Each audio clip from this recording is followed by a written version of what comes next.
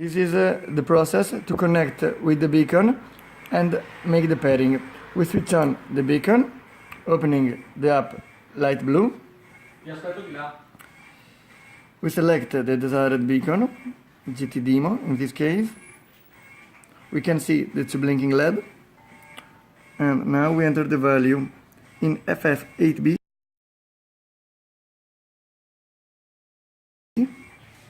We subscribe and then we write FF.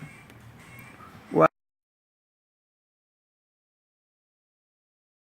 in the service FF8A,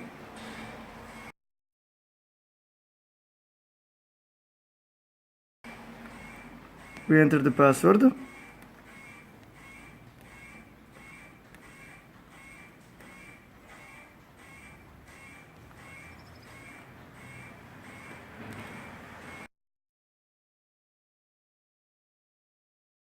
Okay, now we are connected to the beacon.